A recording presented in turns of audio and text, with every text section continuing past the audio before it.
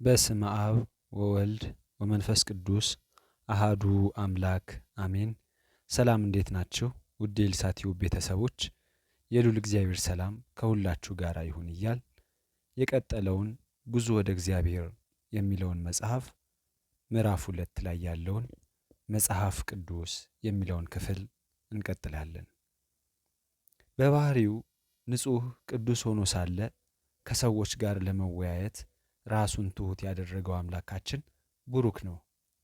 ሰው ሁሉ ለመንገዱ ብርሃን ይሆንለት ዘንድ ነፍስም ሕይወት አግኝታ እንድትኖርበት ነቢያቱን ያናገረ የተናገሩትንም እንዲጽፉት ያዘዘ ፈጣሪያችን ቅዱስ ነው። መጽሐፍ ቅዱስ የመጽሐፎች መጽሐፍ እውነትም ታላቅ መጽሐፍ ነው። መጽሐፍ ሲባልም የእግዚአብሔር መጽሐፍ ነው። መጽሐፍ ቅዱስ የእግዚአብሔር ቃሉ ነው። በእርሱ አንተን ይናገርበታል። መጽሐፍ ቅዱስ በመንፈስ ቅዱስ የተገለጠና ለቅዱሳን ነቢያትና ሐዋርያት አንደበት የተነገረ እውነት ነው።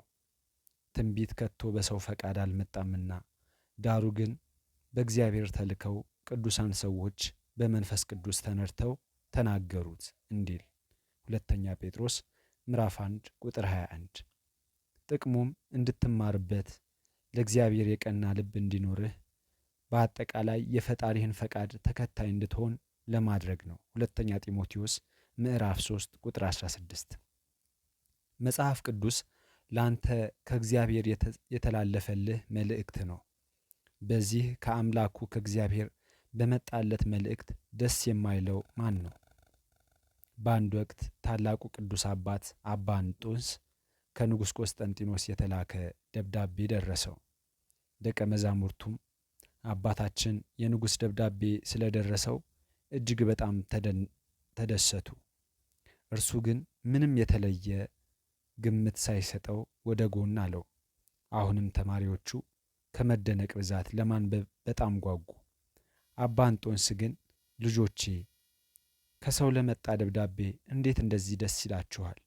እነሆ የነገሥታት ንጉሥ እግዚአብሔር የብዙ ደብዳቤዎችን በመጽሐፍ ቅዱስ ውስጥ ልኮልናል። ለምን በዚህ መልእክት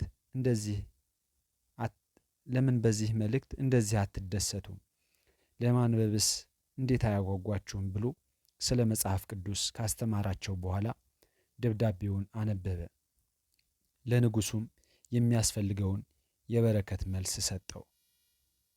አንተስ ከምትወደውና ከምትናፍቀው ሰው ደብዳቤ ቢደርስህ እጅግ ተደስተህ በየሰዓቱ ታነበው የለምን? ከሆነ ደግሞ ከእግዚአብሔር ለመጣልህስ ይህን ያህልና የበለጠ መደሰትና መጓጓት በየሰዓቱ ማንበብ አይገባህም ነበር? ይህ ከእግዚአብሔር ወደ አንተ የተላከው መልእክት በመንፈስ ቅዱስ የተቃኘ ይመራቸው በነበሩ ነቢያት የተነገረና ቃሉ ራሱ በመንፈስ ቅዱስ የሆነ መልእክት ነው። ይህን ደግሞ በውስጡ ባለው መንፈስና ሕይወት መረዳት ትችላለህ።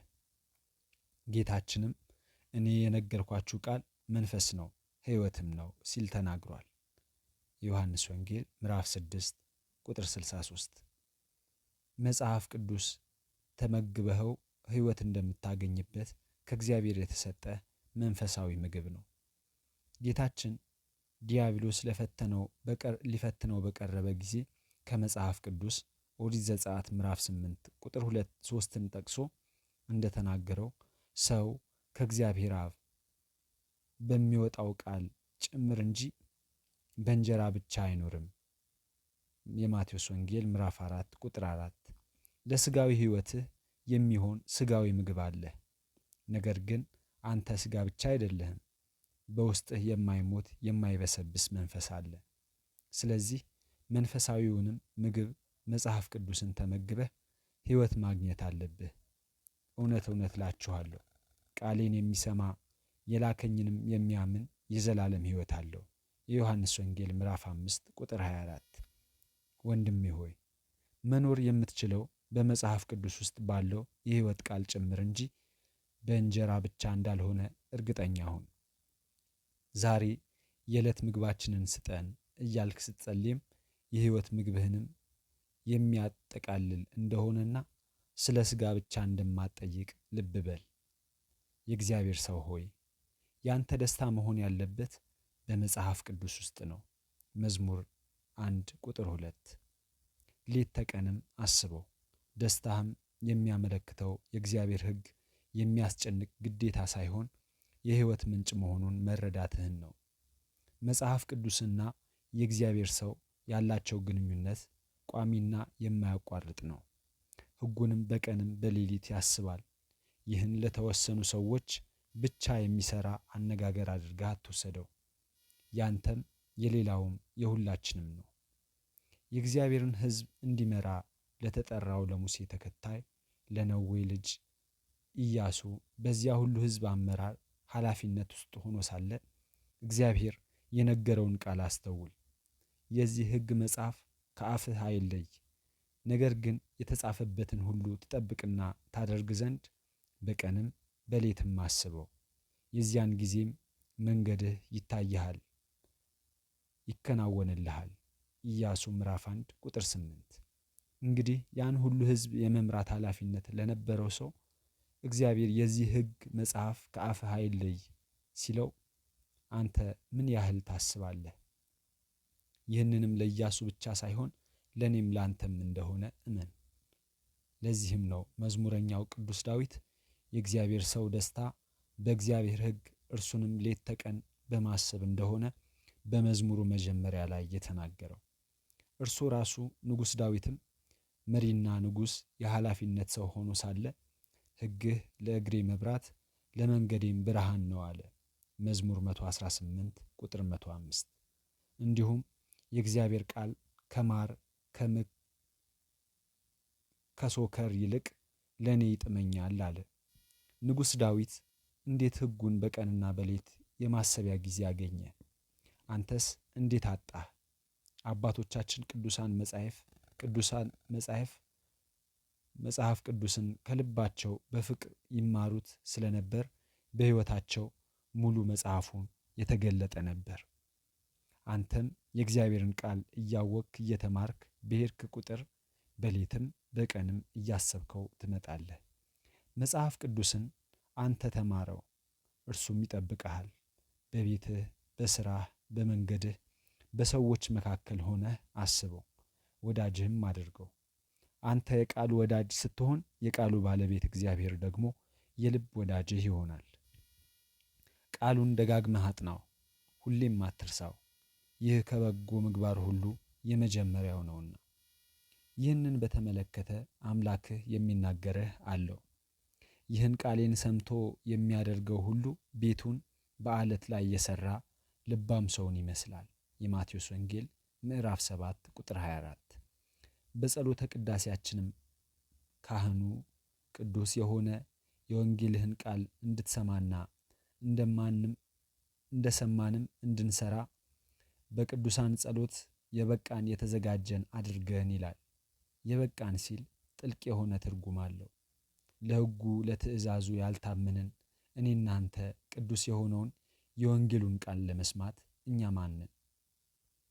የበቃን ያደረገን የሕይወትን መጽሐፍ ያለ እርሱ የምንጓዝበት መንገድ አድርጎ የሰጠን ወደ እርሱ የምንጓዝበት መንገድ አድርጎ የሰጠን አምላካችን ነውና እርሱን የበቃን አድርገን ብለን እንደ ፈቃዱ በኖሩት ቃሉን በመገቡት በቅዱሳኑ ስም እንለምነዋለን። የእግዚአብሔር ሰው ቤተ ክርስቲያን ሆይ፣ የእግዚአብሔር ሰው ክርስቲያን ሆይ እጅግ ብዙ የተጠቀምክበትና ብዙ ነገር የምታስተውልበት መጽሐፍ ቅዱስ በእጅህ ላይ ሊታይ ያስፈልጋል። ለእይታ ለጌጥ ብቻ ያልሆኑ ብዙ የተነበቡ የዘወትር አማካሪ የሆኑ መጻሕፍት የክርስቲያን መለያዎቹ ናቸው። እባክህ ይህን የሕይወት መጽሐፍ ተጠቀምበት፣ አንብበው፣ አስበው፣ ወደ ጥልቁ ዕውቀት ግባና ከነፍስህ ጋር አዋህደው። ቃል በቃል በሚሰጥህ ትርጉም ብቻ ተመስርተህ ባገኘኸው ነገር ደስ አይበልህ። ጠልቀህ ስታስብ አንዱን ቃል የውቅያኖስ ያህል እጅግ ሰፊ ሆኖ ታገኘዋለህ። ቅዱስ ዳዊት እንደተናገረው ወሰን የሌለው ድንቅ ምስጢር የሚገኝበት የእግዚአብሔር ቃል ብቻ ነው። የሥራው ሁሉ ፍጻሜ አየሁ፣ ትእዛዝህ ግን እጅግ ሰፊ ነው። መዝሙር 118 ቁጥር 96። ዳዊት ይህን የተናገረበት ጊዜ ገና 9 የሚያህሉ መጻሕፍት የነበሩበት ነው። ዛሬ አንተ ሙሉ የሆነ ነቢያትን፣ አዲስ ኪዳንን ያጠቃለለ መጽሐፍ ቅዱስ ከነተውፊቱ አለ። እያንዳንዱ ቃል የእግዚአብሔር ነውና ጥልቅነቱን ስፋቱን አስብና የተሰጠህን ሀብት የመጽሐፉን ምንነት በደንብ ተረዳ። መጽሐፍ ቅዱስ የሐሳብ ምንጭ ብቻ ሳይሆን መገኛውም ነው። ዛሬ ላለህበት የትኛውም የስነ አእምሮ፣ የስነ ልቡና ሁከት እና ረሃብ መጽሐፍ ቅዱስ እንድትጽናናበት እንድትረካበት የሚያደርጉ ቃላት ይገኙበታል። ያዘነ የተከዘ ሰው ቢኖር የሚጽናናበትና ደስ እንዲለው የሚያደርግ፣ የተረበሸ ሰው ሰላሙን የሚመልስበት ቃል የሚገኝበት መጽሐፍ ነው። ላንተም በመከራ ሰዓት መፍትሄን፣ ሰላም ባጣህበት ጊዜ የውስጥ ሰላምን፣ ተስፋ ብትቆርጥ የሚያበራ የተስፋ ብስራት ቃልን የምታገኝበት ድንቅ ስጦታህ ነው። ቃላቱ ሁሉ የሚለውጡህና ውጤታማ ናቸው። እያንዳንዱን የመጽሐፍ ቅዱስ ቃል ባነበብክ ቁጥር አምላኬ ሆይ ይህን ስለ እኔ እንደተናገርክ ጥርጥር የለኝም በለው። በግል ለአንተ ከእግዚአብሔር የመጣ መልእክት አድርገህ ተቀበለው። እግዚአብሔር ስለ አንተ ነቢያቱን አናገረ። መልእክታትም ለቆሮንቶስ ለሮሜ ክርስቲያኖች ብቻ ሳይሆን ለአንተም ተላኩ። ቅዱስ አባት እንጦንስ የንጉሥ ቆስጠንጢኖስ ደብዳቤ ሲደርሰው ደቀ መዛሙርቱ ምን ያህል ተደስተው እንደነበረና እንዴት አስተምሮ እንዳሳመናቸው አስታውስ። የነገሥታት ንጉሥ የእግዚአብሔር መልእክት እነሆ ላንተ ደርሶሃል፣ ስለምን በእርሱ ደስ አይልህም? የመጽሐፍ ቅዱሳችን ቃል መጽናኛ ብቻ ሳይሆን የጦር መሳሪያም ነው። ለእያንዳንዱ ኃጢአት በፊቱ የሚቀመጥ አታድርግ የሚል ሕግ አለ። በዚህ ምክንያት ከሕገ እግዚአብሔር ካገኘኸው ቃል የተነሳ ኃጢአትን ደካማ ሆኖ ታገኘዋለህ። የእግዚአብሔር ቃል ምን ያህል ጠንካራ እንደሆነና በኃይል እንደሚሰራ ታውቃለህ። የእግዚአብሔር ቃል ሕያው ነውና የሚሰራም ሁለትም አፍ ካለው ሰይፍ ሁሉ ይልቅ የተሳለ ነው፣ ነፍስህንና መንፈስም ጅማትንና ቅልጥምንም እስኪለይ ድረስ ይወጋል፣ የልብንም ስሜትና ሐሳብ ይመረምራል። ዕብራውያን ምዕራፍ 4 ቁጥር 12። ሰይጣን ፈታኝ ሆኖ በቀረበበት በዚያ ተራራ ላይ የእግዚአብሔርን ቃል ሊቋቋመው አልቻለም። ያገኘለትም ምላሽ አልነበረም። የማቴዎስ ወንጌል ምዕራፍ 4 ቁጥር 1። የእግዚአብሔርን ቃል ሰምተህ የማትሰራበት ከሆነ በመጨረሻው ቀን ባንተ ላይ ይፈርዳል። ቃሉ ለእውቀት ብቻ ሳይሆን ለሕይወት ነውና ብሄርክበት የሚሄድ ዘወትር በጆሮህ የሚያቃጭል እና በተግባር ካላዋልከው ከባድ የህሊና ወቀሳን የሚያስከትል ነው። በአንጻሩ ደግሞ የእግዚአብሔር ቃል በአንደበትህ በንግግርህ ሁሉ ካለና በተግባርህ የሚገለጥ ከሆነ ለመንፈሳዊነትህና ለሃይማኖትህ ታማኝ እንደሆንክ ይመሰክራል። ዓለማዊ ነገሮችን ብቻ የሚያወሩ ብዙ ሰዎች አሉ። እንደዚሁ የእግዚአብሔርን ቃል ከአንደበቱ የማይጠፋ ሁሌም የሚጠቀመው መጽሐፉ ራሱ እሱን ተቆጣጥሮት የአነጋገሩን ዘይውን የቀየረው ሰውም ታያለህ። ይህ ሰው የሕጉ መጽሐፍ ካፉ አልተለየም። ኢያሱ ምዕራፍ 1 ቁጥር 8 ላይ አበው ከአነጋገር ይፈረዳል ከአያያዝም ይቀደዳል እንዲሉ የሚሰማው ሁሉ ማንነቱን ያውቀዋል። አነጋገርህ ይገልጥሃል። የማቴዎስ ወንጌል ምዕራፍ 26 ቁጥር 73። ለልጆችህ የመጽሐፍ ቅዱስን ጥቅስ እየነገርክ ባዩት በሰሙት ነገር ላይ ሁሉ የመጽሐፍ ቅዱስን ቃል እንዲጠቀሙ አስተምራቸው። በመጽሐፍ ላይ፣ በዛፎች ላይ፣ በመሬት ላይ፣ በበር፣ በወንበር፣ በጠረጴዛ፣ በማንኛውም ነገር ላይ ሊሆን ይችላል። ይህን ልምድ አድርጎ ያደገ ልጅ መጽሐፍ ቅዱስ በውስጡ ሕይወት ዘርቶ ይኖራል። ስለዚህ የኃጢአትን ሐሳብ የዓለምን ቋንቋ አያውቅምና እርሱም ኃጢአትን አይሰራም። ዳዊትም ያለው ይህንን ነው። አንተን እንዳልበድል ቃልህን በልቤ ሰወርኩ። መዝሙር 118 ቁጥር 11። መጽሐፍ ቅዱሳዊ ቃላት የስሜት፣ የፍቅር፣ የሐሳብ ማዕበል በሆነው ልብህ ውስጥ መቀመጥ አለባቸው። በአፋችን በእውቀት ማዕበል አእምሯችን ውስጥ ብቻ መሆን የለበትም። በልብህ ካለ ኃጢአትን ልታደርግ አትችልም። ምክንያቱም ከስሜትና ከሐሳብ ጋር ተቀላቅሎ ያለው የእግዚአብሔር ቃል ነው። መጽሐፍ ቅዱስ ስለ እመቤታችን ቅድስት ድንግል ማርያም በሉቃስ ወንጌል ምዕራፍ 2 ቁጥር 9 የተጠቀመውን ውብ ቃል ከልብህ አስተውለዋል። ማርያም ግን ይህን ነገር ሁሉ በልቧ እያሰበች ትጠብቀው ነበር። እናታችን ሔዋን ደግሞ ሕጉን በአእምሯቸው በሕሊናቸው ሸሽገው በልባቸው ግን ካላኖሩት እና ከበደሉት ሰዎች የመጀመሪያዋ ናት። ስለ ሕጉ እባብ በጠየቃት ጊዜም መልሷ ትክክለኛ ነበር። ይሁን እንጂ ሕጉን በአንደበቷ እየተናገረችው ፈጣሪዋን ከመበደል አልተመለሰችም። ስለዚህ አንተ ቃሉን በልብህ መዝገብ ልታኑረው ልትጠብቀውና እየተናገርክ ልትሰራው ይገባሃል።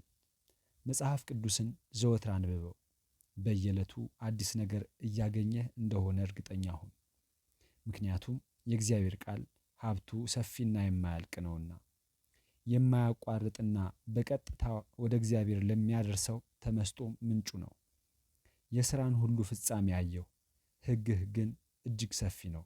መዝሙር 118 ቁጥር 96። በሰው ዘንድ ለእያንዳንዱ ነገር ወሰንና ገደብ አለው። የእግዚአብሔር ለሆነው ነገር ግን ከጥልቅነቱ የተነሳ ልትወስነው ልትገድበው አትችልም። ይህም የማይወሰነው አምላክ ቃል በመሆኑ ነው። ባሰብከው ባሰላሰልከው መጠን መቆሚያ የሌለውን ስፋቱን ታያለህ። ዘወትር ለአእምሮህ ለመረዳትህ አዲስ ሆኖ የሚቀጥል ነው።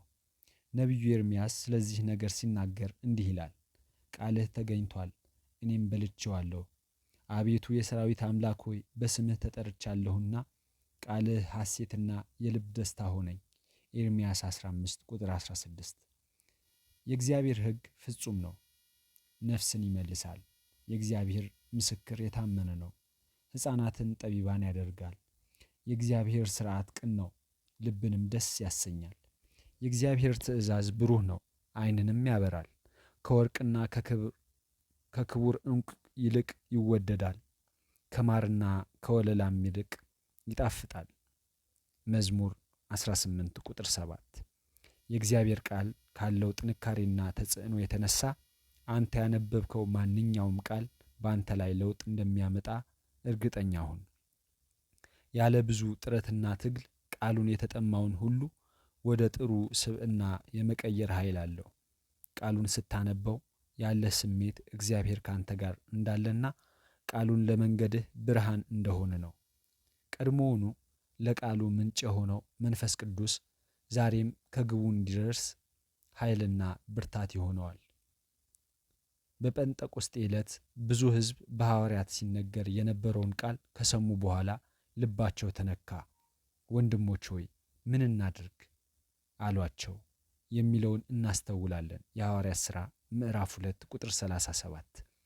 ቅዱስ ጳውሎስም ደቀ መዝሙሩን ጢሞቴዎስን ከሕፃንነትህ ጀምረህ ክርስቶስ ኢየሱስን በማመን መዳን የሚገኝበትን ጥበብ ሊሰጡህ የሚችሉትን ቅዱሳን መጻሕፍትን አውቀሃል እያለ ስለ መጽሐፍ ቅዱስ ምንነት አበክሮ ሲያስገነዝበው ታነባለህ።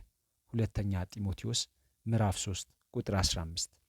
ስለዚህና ከዚህም በላይ ስለሆነው ነገር ሁሉ ኦርቶዶክሳዊት ተዋሕዶ ቤተ ክርስቲያናችን ለመጽሐፍ ቅዱስ ታላቅ ክብርና ልዕልና ልትሰጥ የቻለችው